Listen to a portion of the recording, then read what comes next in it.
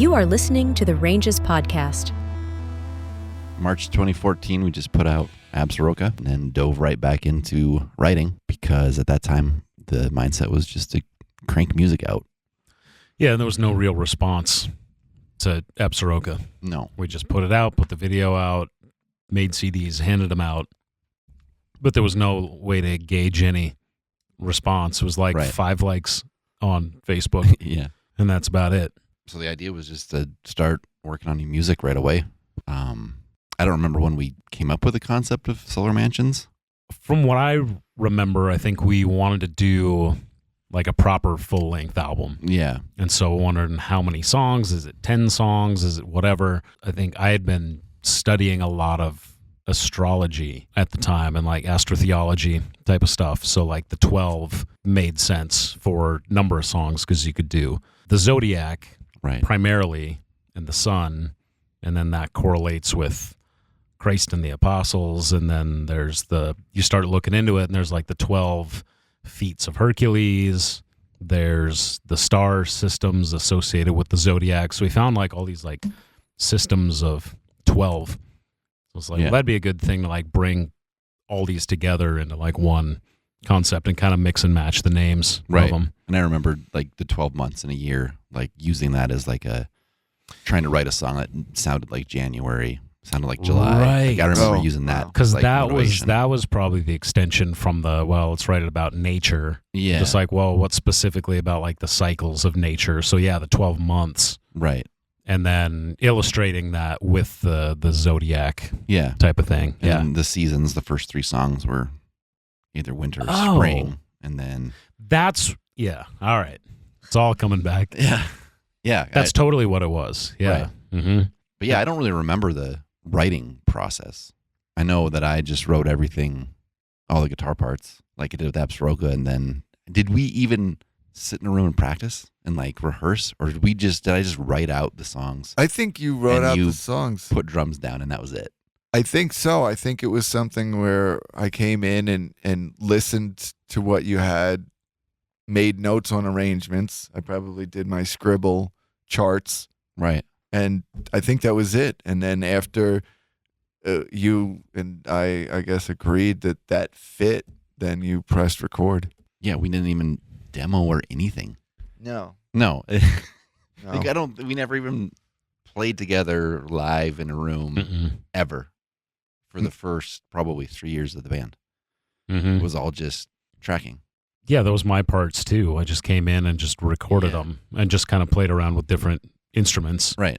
And I had gotten a banjo at the time thinking that was going to be a very unique sonic addition to it. And a banjo just doesn't work in post-rock. But really still, like we didn't have a pedal arsenal. No, same pedals that we were using for Absaroka, which was minimal. Mm-hmm. I think probably did a lot more layers. Yeah, with guitars. I do remember a conversation about using the studio more because I was hoping that we would fill out sound because I was still very much on the licensing idea behind this project. Right. Because at that point, obviously, we never thought we were going to play live shows. Right. Yeah. Mm-hmm. There was nothing. Yeah. There was nothing in the cards for that. This is a studio project. Exactly. Yeah. But then, we started thinking how we could present it to the public. And there was still a mentality of keeping it as minimal as we could too. Like there weren't big, heavy, distorted crescendos. There was more dynamics going on with this one. I think shorter songs than Absaroka. Yeah. And a wider range of experimentation as far as sounds on the individual songs. You look back at those songs and they're very much A-B type of compositions where we were coming back to parts very frequently. Like, this is the chorus. We're going to come back to it. And I think you had taken some kind of like pop influence on some of the... Yeah, I would go and find, I think it was like a Rihanna song. And I pulled like Katy Perry. Yeah, pulled the piano lines out of it and just kind of figured what those were and then tried to build a song off of that. I think I remember you saying that. I don't know why I would do that. Because inspiration can come from anywhere. Yeah, I guess so. Remember that, kids. But I don't think any of these songs were over 5 minutes, really. Maybe a couple. So I guess to like show that diversity for the licensing. Yes. Mm-hmm. To have more options available for that. Like maybe cut those into smaller snippets and never quite got to that level of it. But yeah, the recording was very, very quick. Yeah, I feel like you did the drums in one day. I did. 12 songs in one day. The only thing I remember was taking a lunch break. That And like was- driving Yeah. into Bozeman to eat lunch and then Right. going back and Yeah. cranking out the rest of the songs. Which I wasn't there for that No, you session, but I was amazed you banged out 12 songs in a day. Yeah. And all recorded in your basement Yep. again. Other than that, I don't remember any of the recording process. Well, this one we actually did document it a little bit. Like Yeah. there are a few video clips on YouTube still of like, I don't know, are they a minute long? Yeah. Of just kind of setting up the studio and tracking the Yeah. various pieces. But yeah, that was kind of really all the documentation of that process. Do you remember your appearance in that timeline? What I looked like at the Yeah. time? Yeah, the massive playoff white beard, right? beard. I'm guessing the It's beard. beautiful. Thank you. Yeah. If you want to see that, check it out on YouTube. And I do recall too, I think when I had that big beard, maybe that day that I was recording drums, I think I was wearing a Cro-Mag shirt. And Yeah. a friend of yours said that was pretty interesting. Cro-Mags and a post-rock. Yeah. And now it's coming back. Yeah, that was a good look. Yeah, it needs to come back at some point. It ages me. I know, but now you look younger. 10 years later, and you look younger than you did. Diet and exercise. Right, and now's the time to do the beard again. So in Sonic 10 years, Opal. you can look back and be like, wow, Okay. I look younger. All right. Just trying to help you out. No, I appreciate that. Thank you. Yeah. So artwork. Yeah, so we titled it Solar Mansions, which is a zodiac reference of the sun moving through the houses of the zodiac. So houses, mansions, kind of a extrapolation of that. And we were still doing our own packaging for CDs at the time. So it was just the cover, and then we printed our own cardboard sleeves with the CDs, and then we had a kind of a fold-over vertical gatefold type of thing. So the artwork ended up being just kind of a more realistic collage in my style of artwork of the Zodiac, the different Right. houses of that. So that was kind of the main piece for it, really. Mm-hmm. And then the rest was just kind of naming them clever names. And this is where it started to get into the unpronounceable Yeah. names of just digging into all the esoteric stuff I'd looked into. You're pulling out all sorts of arcane words and things, Yeah. like the Stymphalian birds, which you could mistakenly pronounce a lot of different ways. You could, especially if you're me. This is probably why it never got placed, because the people that were placing music couldn't pronounce the song titles. It's not like morning mood music. It's the Stymphalian birds. You're right, or just, red, green, brown, Yeah, what do we have Sun, here? We moon. had the golden apples of the Hesperides, Yes. Hermes, the thrice great. Right You off know, the tongue, just slides People right are, out. yeah, all this, the Vestal Virgin, the Erymanthian boar. Yeah. It was like space STDs to me. Yeah. Yeah, we got Capricorn, Lost in Light, Supernal. Mhm. Everybody uses Supernal. Of Everybody course. knows. Yeah. Regularly. Yeah, Pisces, the sacred Vesica, is starting to go off the rails here. This Yeah. is a sign of things to come. But it did set the template for, the concept. We have the concept, and now we will Right. make an album around a concept. Which, yeah, getting into it, it's something I've always wanted to do. It's the bands that I gravitate to the most, I think. It's just very art rock, concept driven, art wise. Yeah. And so this was kind of the first step into that with what we could really do at the time with a CD.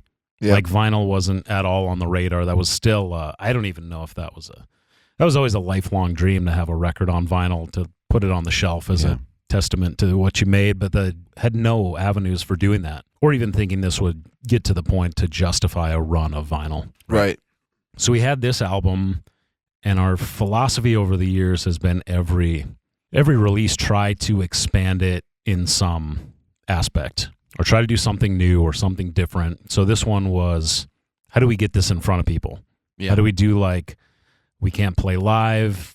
Can you do a listening party at a bar or a coffee shop, or just starting to play around with those ideas, I think. And then I think that we discussed trying to do something expanding on the idea of the video that we did off of Absaroka, so we could present the music with the visual, which was my whole idea, to Right. get the sound and vision lined up to show music supervisors how well it works with visuals. Right. There happens to be a planetarium here in Bozeman as part of the Museum of the Rockies. And so we started speculating about that, if that would be a doable venue, and come up with some sort of like album length of visuals to project as a full album music video. And the visuals for that, there was a series called Planet Earth, and it was all just stunning cinematic shots of nature and flora and fauna, and each one was kind of a different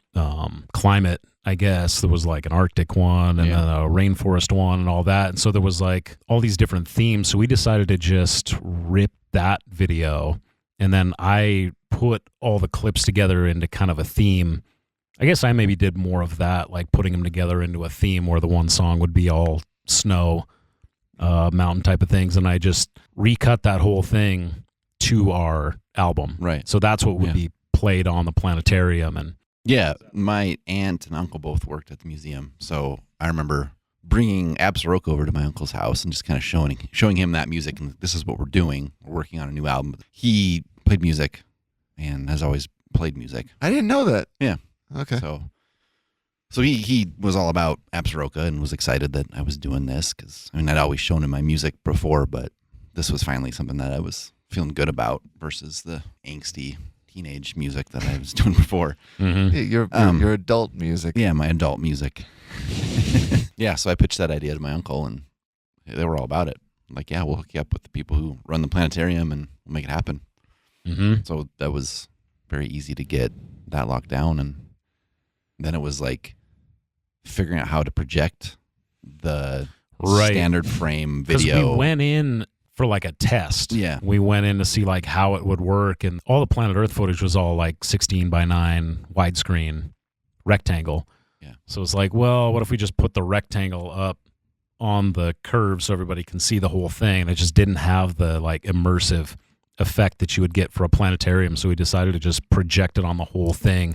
So you got this weird like fisheye kind of distortion on it, which was, I don't know, it changed it in a way where it wasn't like watching TV or just going to watch a movie. It had that kind of like immersive thing. The seats lay back, and just went ahead with that. Yeah, so that was all planned out, and then just kind of figuring out how to turn it into an event. Like, we had the music and we had the visual put together, and then it was coming up with how we wanted the event to go, I guess. And Mm-hmm. And how do you get people there? How do you bribe people yeah, there? And so we got an interview with the Bozeman Chronicle, the local paper. I was just reading through that, and there was $10 tickets, yeah, which we were selling it for, and that came with a copy of the album and a free pint glass with our logo on it. Right. We had Bridger Brewing come, who we'd been working with. Oh yeah. On the T-shirt, I had designed a lot of their beer designs and everything. So we had a relationship with them, and they were fairly new at that point as well. yeah. So they came and they brought a couple kegs, and so they had beer and pint glass, and then we had some art prints we did of the Solar Mansions album art, and then a couple merch offerings. Mm-hmm. Yeah, Yeah. sold tickets through Cactus Records, a local Mhm. record store, which was cool. Get them involved. And I remember driving to the planetarium on the day of the show, and Wilson, you texted and said that it just sold out. Yeah. It's like, oh, did it. Never did it. 110 tickets sold. Then I don't even remember how we promoted. It was probably just like tons of flyering. Yeah. We had the thing in the Chronicle, and then just really, I mean, the people that came were largely friends and family, but it was, I don't know how many people. It's like 120? 110. 110. Yeah. Yeah. Yeah, and we'd ramped up our social media since Absaroka. Like, we went back and looked at that, and it's like consistently 2 posts a week of hyping up the event. I mean, we didn't have a huge following, but it still was something. Yeah. Because you look back on the Instagram and it goes, hey, our first album, Absaroka, is out. And the next post is like, hey, Solar Mansions is coming out. Right. 3 months later. And I think during that time, I had started to reach out to music blogs and Right. Yeah. trying to find post-rock centered blogs. And somehow, I think it was called Post Rock Star. That sounds familiar. Yeah, who Aaron Edwards, also known as Foofer, was a contributor for. And somehow, I don't remember how I connected with him, but I was looking back on our Twitter account, and I had sent him a message on July 1st, 2014. I had just sent him I don't remember when we sent the Absaroka merch boxes to like all of Mark's friends, those green boxes Yep. with shirts. We sent one to Aaron too, and he was stoked on it. He had just gotten that or something in July. I don't really remember all the work being put into like hitting up blogs and stuff and just trying to, here's our music, we're a new band. And there was a lot of that. And trying to build relationships with people that were in the scene. Yeah. And Aaron's the first one that I remember connecting with, which was 10 years ago. But I think that actually started that idea of trying to find more blogs so we could get the album talked about. Yeah, because I know reviewed or whatever. Aaron had put up because he did a thing called Foo for Fridays, and he put a Solar Mansions review up. I wonder if we could find that. I don't know. I have to look. Obviously, that's marketing to people outside of Bozeman who weren't necessarily going to come to the Planetarium show, but right. we were at least making more of an effort to get out there. And the response to the event was overwhelmingly positive. Yep. Yeah. I think. Yeah, there were people that showed up that tried to get in, couldn't get in, Right. and asked if we were going to do it again. And this was really the first time we got any like direct feedback from Right. fans or an audience. Right, And yeah. like, so it was overwhelmingly positive, and people wanted to see more of it if we're going to do and wanting to know what we were going to do in the future. But we had a friend come to the first showing, and he was on acid, and he's told us afterwards that it allowed him to figure out the math for nuclear fission. And he's like, I got it. It made sense. I just have to figure out how to implement it. It's like while watching Solar Mansions at the Planetarium, like allowed him to access that. Crazy. That was a very high compliment, Yeah. I thought. Yeah, and Joey was there. He was not the friend on acid, I don't think. No. No, I don't No. think so. He was there, and he commented that it was the best music he's ever heard from a Montana band. That it was just recorded really well. That was a high compliment because I've always appreciated and respected his tastes on music. So I remember that being I remember you telling me that Joey said that to you and that it was something that you took very seriously. yeah.